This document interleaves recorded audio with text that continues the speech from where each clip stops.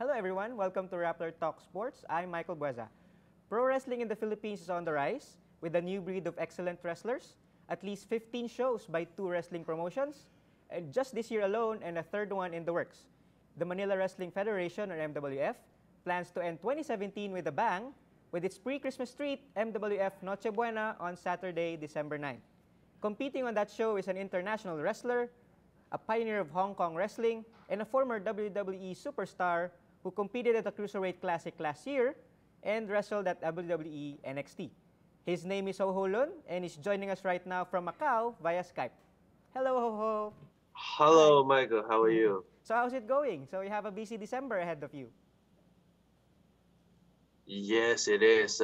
We just finished wrestling season in Macau last weekend, heading to Manila this weekend, and Kuala Lumpur the week after. Yeah. So let's begin with the question of how did you become a wrestler? So where is How your did I become a wrestler? yeah? Where did your wrestling That's a journey start? It's a quite a long story though. I grew up as a wrestling fan, watching New Japan Pro Wrestling since I was 5, 6 years old. And that time in Hong Kong TV, there's a lot of wrestling TV programming airing in Hong Kong, like WCW, Nitro, WWF. We still call it WWF at that time, Raw, SmackDown. So I grew up watching all that until there's a chance, about like 15 years ago when internet started, becoming popular. We were having some kind of a discussing forum over the internet, and then I don't know why we start having a group of friends who come out and play some kind of, we call it backyard wrestling. Everybody does that, and then until one day we decide to purchase a ring, set it up in a place called Sha Tin in Hong Kong. So we start training by reading books, by watching some VHS tape. We call it VHS tape and VCDs that time, and then that's not really systematic, yeah, that's how we start until 2010. I went to the UK for some extra training, and then that's the time I find out that the training that we have been done was actually not bad. I didn't embarrass myself when I have my first training in the UK, and then I've been on and off UK for like 2 or 3 times during 2010, 2011, and then I have my first match in the UK 2011, and that's how I start becoming a wrestler. Yeah, so this is a passion project, right? It absolutely. So I'm also curious. Where did your wrestler name Ho Ho Lun come from? Actually, that is come from my Cantonese name, Ho Ho Lun. That's how it's pronounced. It might sound funny in English, but Ho Ho Lun is basically a really, really typical Chinese name. It sounds funny in English. It's memorable, so I just keep this name as my ring name. Yeah. So what's its meaning in Chinese? I have no idea how it means. I know it sounds funny in English, but in Chinese, it's really, really typical name. Okay, typical name. Okay. So you founded Hong Kong Wrestling, a pro wrestling federation, and had your first show in 2009. So how did that come about? We set up our ring in a really, really small factory apartment in Sha Tin district. It's not big, just the ring itself already occupy like 80% of the space. And then we, that time we set up some chair there, like 60, 70 chairs. What we did was only Facebook promotion and asking friends of friends of friends to come over and watch. We sold out that show though, like but sold out means we sold all like 60 tickets. But it's all good. It's a good beginning for us. We know that we don't have any really proper training. We know that wrestling is new. We know that people who come in who they actually never watched wrestling before. For us, it's really great experience. And then after that, we do show once a month in our training center, and the reaction are all good until we close our training center in 2011. So from one promotion to another, this Saturday you'll be competing at the Manila Wrestling Federation. So how did you find out about MWF? Please walk us through your road to MWF Noche Buena.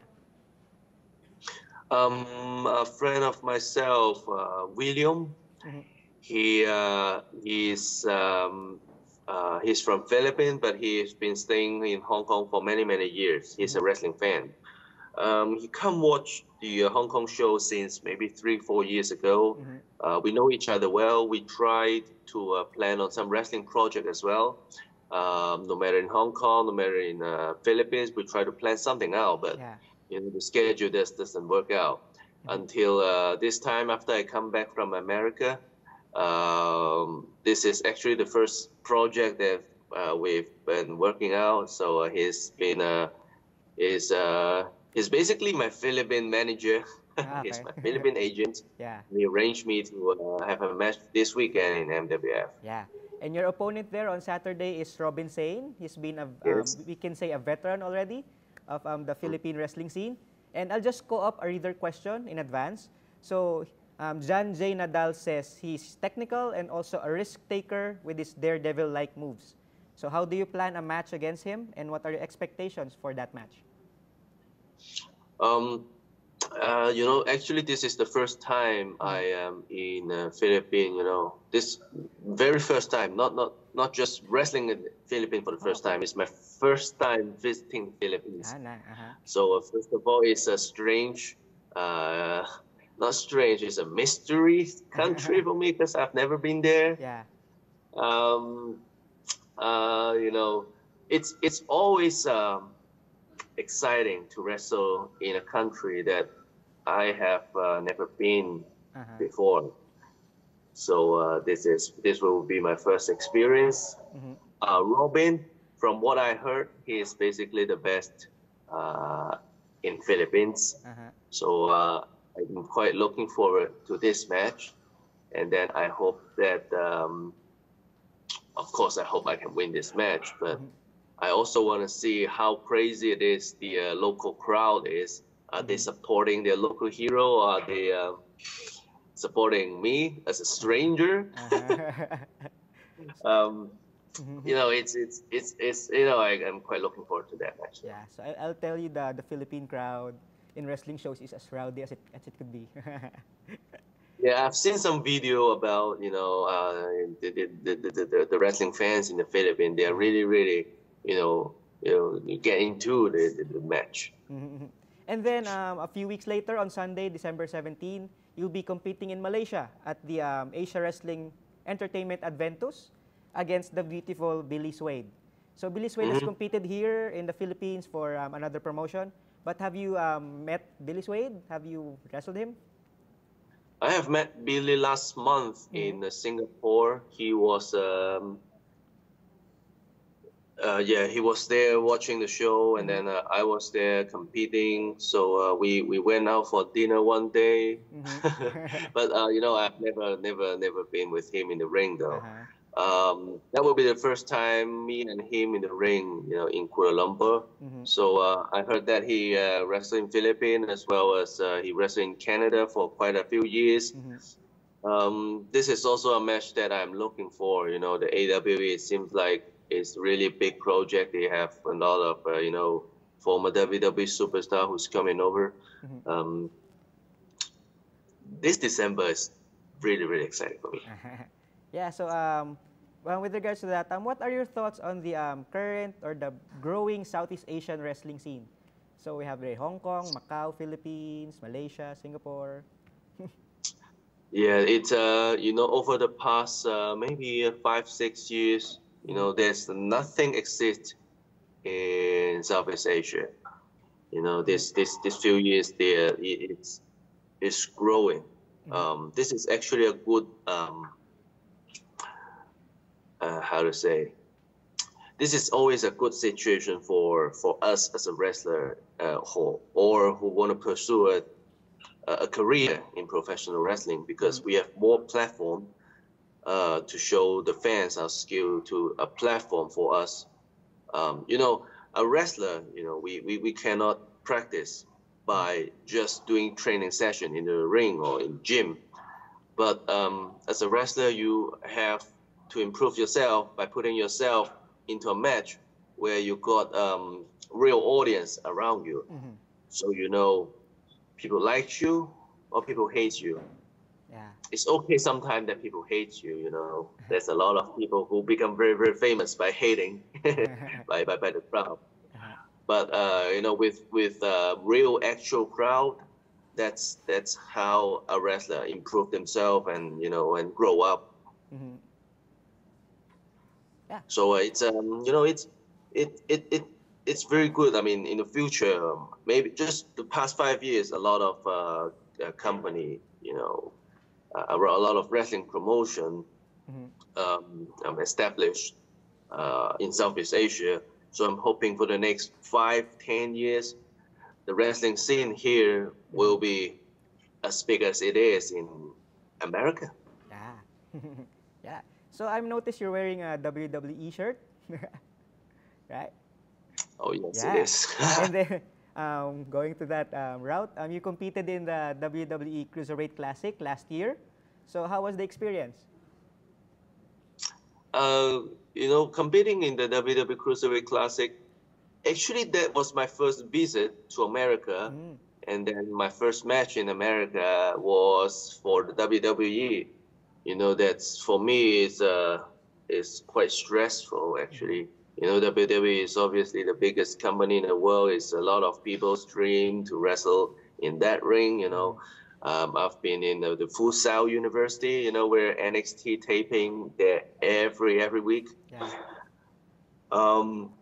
That is kind of, how to say, it's a holy place of professional wrestling. Yeah. Getting to the backstage, you see Triple H in person, you see A-Train, you know, Matt Bloom in person, you see William Regal in person. It's kind of unreal. It's kind of stressful because a lot of, you know, senior people who was watching you wrestling. And other than that, there's a camera watching you. There's million people at home who will be watching you wrestling. And then, but at the same time, that is my first match in America. So you know, over the past few years, I wrestled a lot in Japan, so I'm more familiar with Japanese wrestling style. It's the first time, you know, I wrestle an American guy, you know, in American style wrestling. It's not easy for me to adjust, but I still work out a match, and then it was not my best match, but I still managed to have my first victory in the first round, Cruiserweight Classic. So good. But after that, you know, more opportunity are bringing in to me because I got a chance to stay in America for an extra 1 year. I wrestle a lot for the NXT. You know, I go to a lot of live event tour. So last year was really good experience for me in America, and then I've improved a lot. I've learned a lot American style, how they wrestle, how their crowd likes, and then all sort of things. So the eventual winner of that Cruiserweight Classic tournament is our very own TJ Perkins.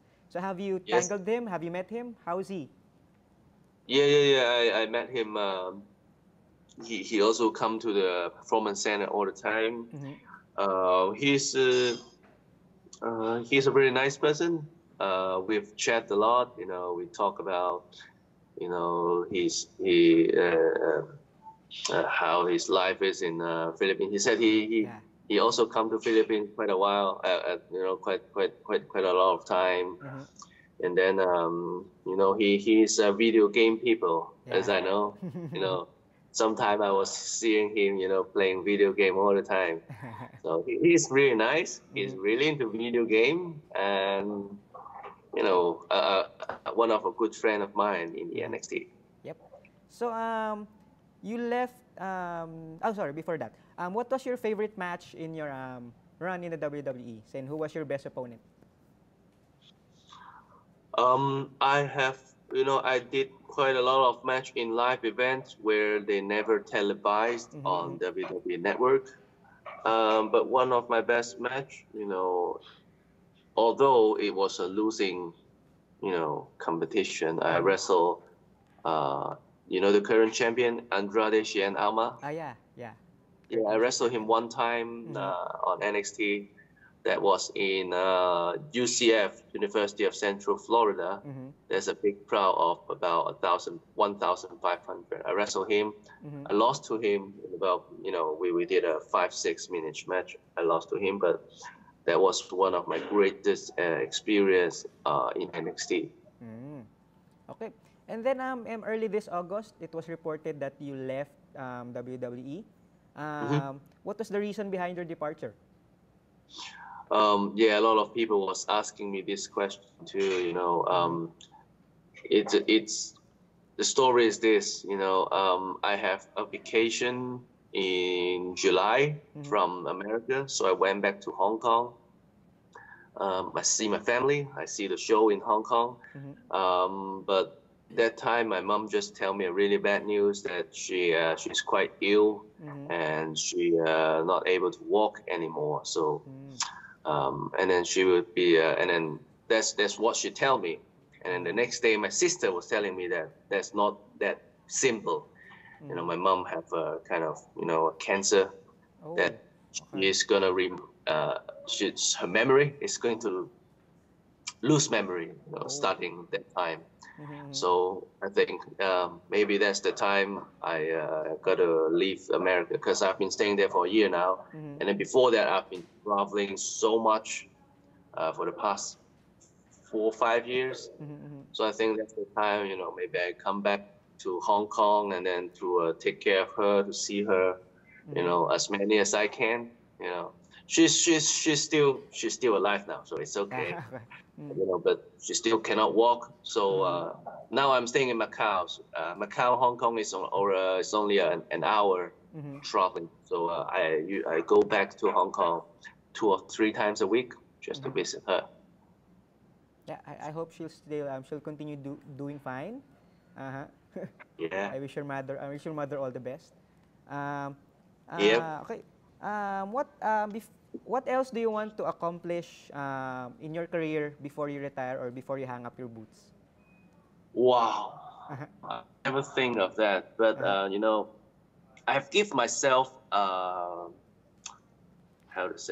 give myself an objective to myself.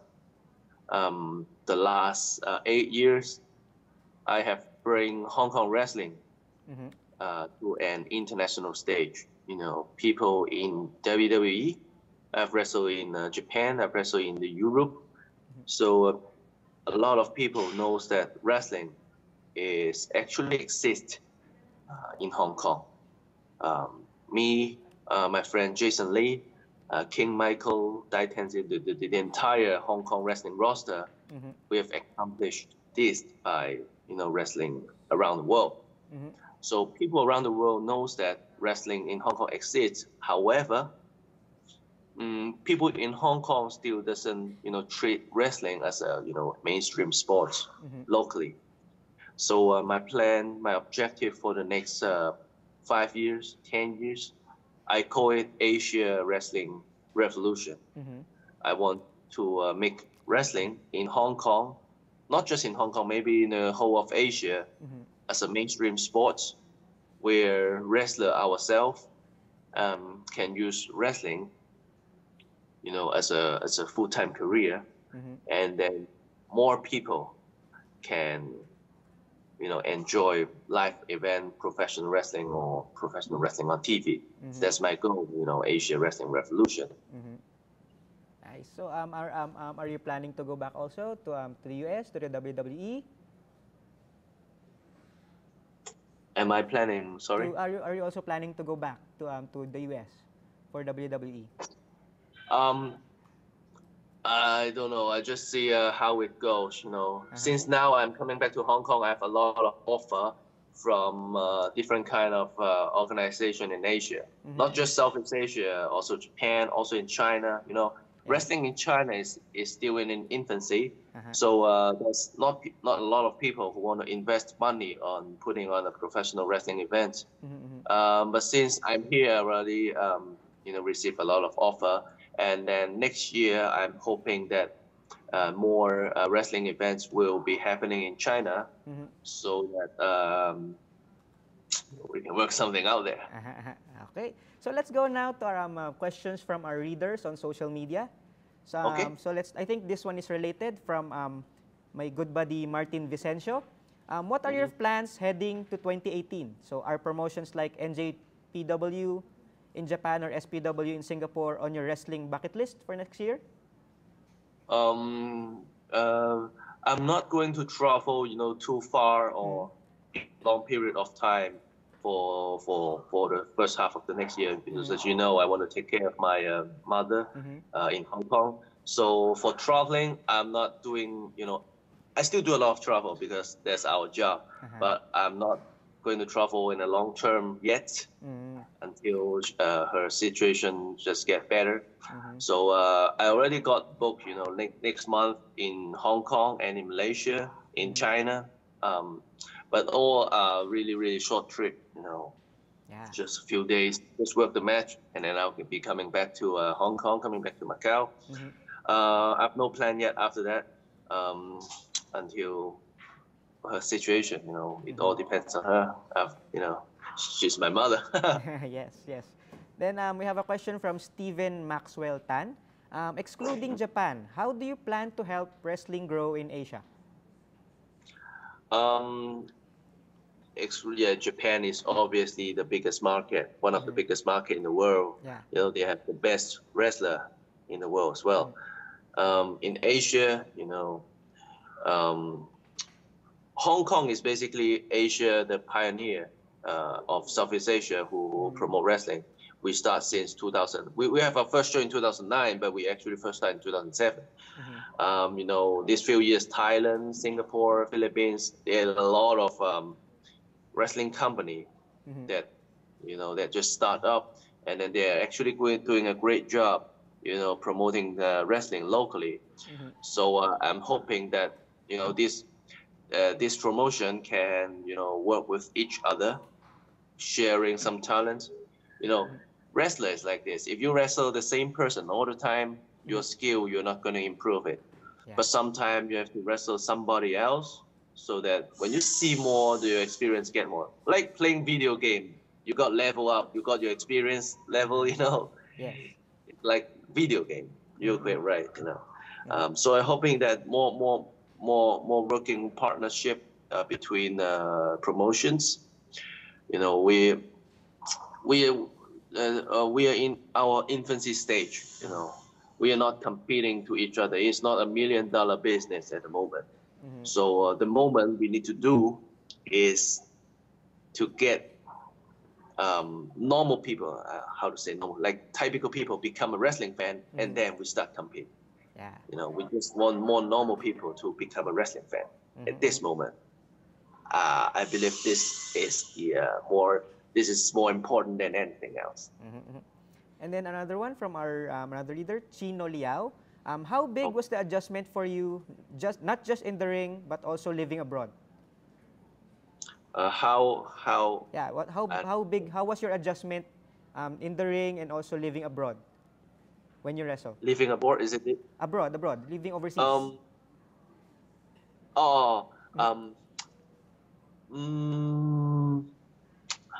I mean, for me, I've been traveling since 2010. For me, living in an unstable situation is I've already been used to it. If you tell me I have to stay somewhere for a long time of long period of time, no, sorry, I cannot do that. I already become the person I am right now because of professional wrestling, because I have traveling so much. For now, as a wrestler, our job is to traveling on the road. Wrestling in the ring is already a small part of our job, but traveling is basically a really, really big part. Sometimes we spend like 10 hours just travel to wrestle a 5-minute match. We always do that. So yeah, actually I've been used to it. For now I can sleep anywhere. I can sleep on the floor in the airport, or I can sleep inside a 5-star hotel. Not a problem. Okay. So But it's already become my lifestyle. From Rowan Camacho, another question. Is there any wrestler who influenced you to become who you are now? Who's your biggest influence? When I was, I don't know whether you are familiar with Japanese wrestling, but since I was a small kid, I watched a lot of New Japan Pro Wrestling. At that time, you should be more familiar with the Great Muta. His real name is actually Muto Keiji. I watched him a lot. That time, New Japan Pro Wrestling, they got Chono Masahiro. I also watched some All Japan Wrestling, Misawa, Kawada, those kind of wrestlers. They all influence my style now. So the legendary, the Great Muta. Yeah. Yeah. And then a question from Alvin Adriano.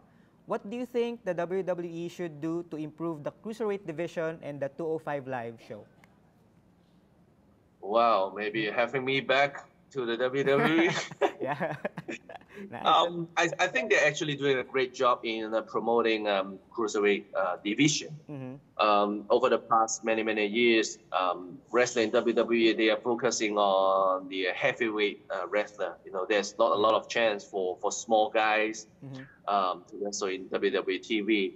So 205 Live, Cruiserweight division, they are just opening a lot of opportunity for smaller wrestlers who can, not just showing their power, but also showing their skills. There's a lot of things that Cruiserweight wrestler can do more than heavyweight wrestler. So they are actually doing a lot of great job. Opening more opportunity for smaller wrestler, which this opportunity will never exist. Like 5-6 years ago. And then from the current roster of 205 Live, except of course the current champion, who deserves to become the WWE Cruiserweight champion? I was reading a news the other day that Hideo Itami was moving into the 205 Live. I think he deserves the Cruiserweight the Cruiserweight championship. I just can't wait for him to debut in the 205 Live event. So have you wrestled against Hideo Itami? No, I didn't. But when I was in the performance center, we trained a lot together. And then sometimes he was my traveling buddy. We were in the same car traveling. So he's a great guy. He's a great man. Yeah. And then for our final question from Prince Aldrin Oliver, who's your dream opponent in the ring, either active or inactive wrestler? My dream opponent in the ring.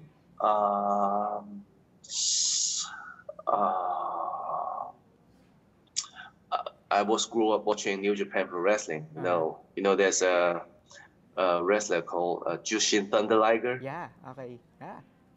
Yeah, I always hope to wrestle him in the ring. Since I was 5 years old. He's still active now. I hope this will happen one day. Yeah, he once wrestled in NXT, right? So. Yeah, he was wrestling in NXT one time, but now still full time in New Japan. Who knows? You might face him someday in Asia. I hope so. So what's your message to our viewers and to all wrestling fans? Ho Ho? I will be in Manila this weekend wrestling in the MWF event versus Robin Sane. I hope everybody can come and support myself, not Robin Singh, cheering Let's Go Ho Ho together. Yeah. Okay.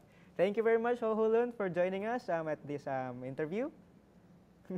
Thank Hope you. to see And you on see Saturday. Yes, see you on Saturday. Thank you very much. We just talked to ex-WWE and NXT wrestler Ho Ho Lun. He'll be in the country this Saturday, December 9, to face our very own Robin Sane at MWF's next show, Noche Buena, at the Makati Cinema Square. That's not all. Opening the show is an exciting four-way match featuring Frankie 13, Aldrin Richards, Morgan Vaughn, and Hanzelo Silva. We'll also get to see Fabio Makisik taking on Gig Striker, plus an Oras ng Liwanag segment with Moises Liwanag. All of that and more at MWF Noche Buena this Saturday, December 9. The show starts 2 p.m., but the gates will open at 1 p.m. For more details, visit MWF's Facebook page at facebook.com/Manila Wrestling Federation. And that's our Rappler Talk Sports. I'm Michael Bueza. Thanks for watching.